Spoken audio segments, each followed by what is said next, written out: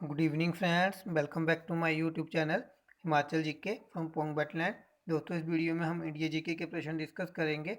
But video शुरू करने से पहले चैनल को सब्सक्राइब, उस बेल आइकन का बटन है उसे प्रेस करना ना भूलें। और इस वीडियो की पीडीएफ फाइल अब आपको टेलीग्राम चैनल पर मिलेगी, जिसका लिंक जो मैंने डिस्क्रिप्शन बॉक्स में दे रखा है।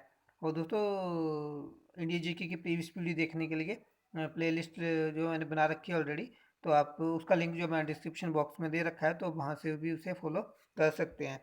तो चलिए वीडियो शुरू करते हैं। पहला प्रश्न है हमारे पास 121। हु फाउंडेड द नौजवान भारत सभा? नौजवान भारत सभा के आद्य संस्थापक कौन थे? तो दोस्तों वो थे सरदार भगत सिंह। तो 121 का ए जो है वो राइट ऑप्शन है।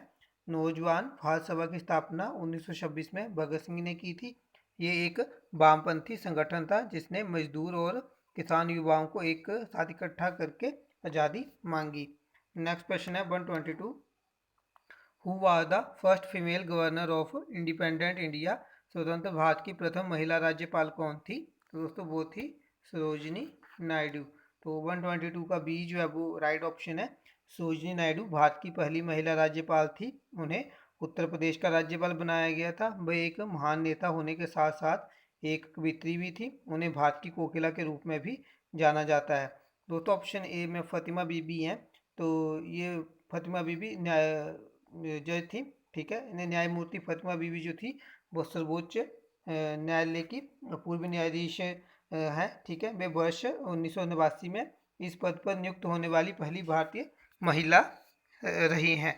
उन्हें 3 अक्टूबर 1993 को राष्ट्रीय मानवाधिकार आयोग का सदस्य भी बनाया गया। वे तमिलनाडु की राज्यपाल भी रह चुकी हैं। दोस्तों, ऑप्शन सी एम विजय लक्ष्मी पंडित हैं।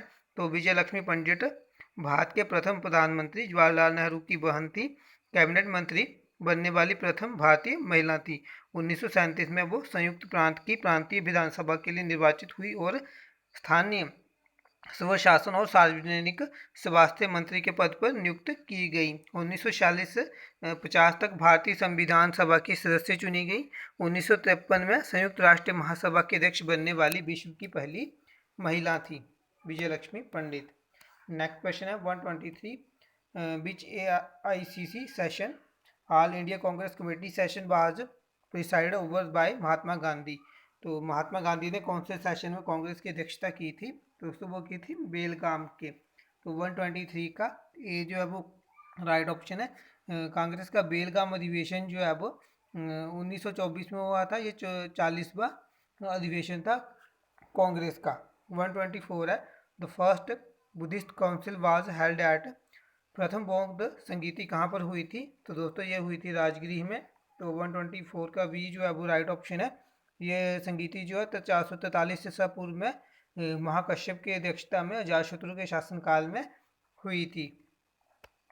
125 है। The founder of the Satavahana empire was? Satavahana साम्राज्य का संस्थापक था। तो दोस्तों वो था शिमूक। तो 125 का बी जो है वो राइट ऑप्शन है। शिमूक ने 60 ईसा पूर्व में सुशर्मा की हत्या कर दी और सातवाहन वंश की स्थापना की। सातवाहन आंध्र वंश के नाम से भी इसको जाना जाता है। सातवाहन शासकों की राजधानी प्रतिष्ठान गोदावरी नदी के किनारे थी, स्थापित थी। प्रतिष्ठान जो है वो महाराष्ट्र के औरंगाबाद जिले में पड़ता है।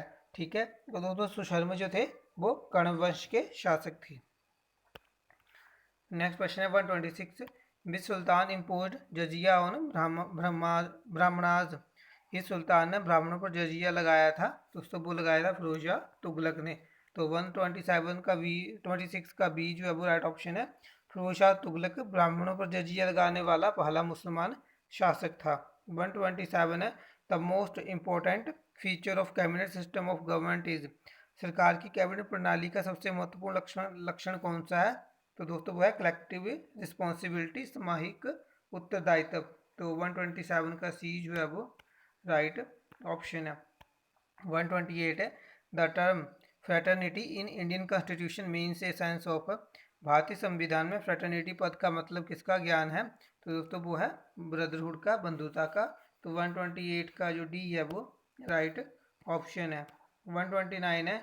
Which is opposite to the principle of rule of law? कानून के शासन के सिद्धांत का विरुद्धार्थी है। दोस्तों वो है प्रिविलेज एंड इम्यूनिटी प्राधिकार तथा प्रतिरक्षा। तो 129 का सी जो है वो राइट ऑप्शन है। 130 है, right to information act was enacted in which year. सूचना का अधिकार अधिनियम कब लागू हुआ था? तो दोस्तों ये हुआ था 2005 में आया था राइट टू इंफॉर्मेशन एक्ट। तो जो कि ऑप्शन में नहीं दिया है, तो नन ऑफ दीज, डी जो है वो इसका राइट ऑप्शन हो जाएगा। 131 है, what is the minimum age for the post of prime minister of India. Bharat के प्रधानमंत्री के पद के लिए न्यूनतम आयु है, तो दोस्तों वो होगी 25 वर्ष। तो 131 का ए जो है वो राइट ऑप्शन है। 132 है, which is the international date line. अंतर्राष्ट्रीय तिथि रेखा कौन सी है? दोस्तों वो होगी 180 डिग्री लॉन्गिट्यूड, 180 डिग्री देशांतर। तो 132 का जो सी है वो राइट ऑप्शन है। 133 है, what is meant by an archipelago. Archipelago से क्या परिभाषित होता है? तो दोस्तों ये होता है आपका आइलैंड से, ठीक है, द्वीप समूह से। तो 133 का जो बी है वो राइट ऑप्शन है। 134 है, which of the following trees है shed their leaves once in a year. निम्न में से कौन से पेड़ साल में एक बार अपने पत्ते गिराते हैं? दोस्तों वो गिराते हैं पर्णपाती पेड़। तो 134 का जो ए है वो राइट ऑप्शन है। 135 है, the largest producer of uranium in the world is. विश्व में यूरेनियम का सबसे बड़ा उत्पादक है, तो दोस्तों वह है कनाडा। तो 135 का ए जो है वो राइट ऑप्शन है। 136 है, लोकटक इज जे। लोकटक है एक, तो दोस्तों लोकटक जो है वो लोकटक जो है एक लेक है, ठीक है, ऑप्शन में नहीं दिया है, तो इनमें से कोई नहीं, नन ऑफ दिस जो डी है वो इसका राइट ऑप्शन होगा। लोकटक झील जो है वो मणिपुर राज्य में है। यह झील पूर्वोत्तर भारत की सबसे बड़ी मीठे जल की झील है। यह अपनी सतह पर तैरते हुए वनस्पति और मिट्टी से बने द्वीपों के लिए प्रसिद्ध है, जिन्हें कुंदी कहा जाता है। 137 है, the black soil is later to which of the following crop. काली मृदा निम्न में से किस फसल से जुड़ी है? तो दोस्तों ये जुड़ी है कपास से, ये कपास के लिए अच्छी होती है। तो 137 का ए जो है वो राइट ऑप्शन है। 138 है, which is the highest quality of hard coal. सबसे उच्च गुणवत्ता वाला कठोर कोयला कौन सा है? तो दोस्तों वो है आपका एंथ्रेसाइट। तो 138 का जो ए है वो राइट ऑप्शन है। 139 है, in which of the following market forms a firm does not exercise control over price. निम्न में से बाजार के किस प्रकार में एक फर्म कीमत नियंत्रण पर अमल नहीं करती? तो दोस्तों वह परफेक्ट कंपटीशन, पूर्ण प्रतिस्पर्धा में। तो 139 का जो बी है वो राइट ऑप्शन है। 140 है, if money supply growth is faster than real GDP growth it result in. यदि मुद्रा आपूर्ति वृद्धि सब वास्तविक जीडीपी वृद्धि से तेजतर हो तो उसका परिणाम होता है, तो उसका परिणाम होगा दोस्तों इन्फ्लेशन, मुद्रास्फीति, यानी महंगाई जो है वो बढ़ेगी। तो 140 का ए जो है वो राइट ऑप्शन है। 141 है, which of the following functions as controller of credit in India. भारत में साख नियंत्रण का कार्य कौन करता है? दोस्तों वो करता है RBI, reserve bank of India. तो 141 का बी जो है वो राइट ऑप्शन है। 143 है, बीट्स अक्कर विकास ऑफ संपंदन होने का कारण है, तो वो दोस्तों होगा इंटरफेरेंस, व्यतिकरण। 143 का जो सी है वो राइट ऑप्शन है। 144 है, हुड डेवलप्ड एटम बम। परमाणु बम का आविष्कार किसने किया? तो दोस्तों ये किया था जे रॉबर्ट ओपनहेमर ने। तो 144 का बी जो है वो राइट ऑप्शन है। इन्होंने जो है 1945 में एटम बम की खोज की थी।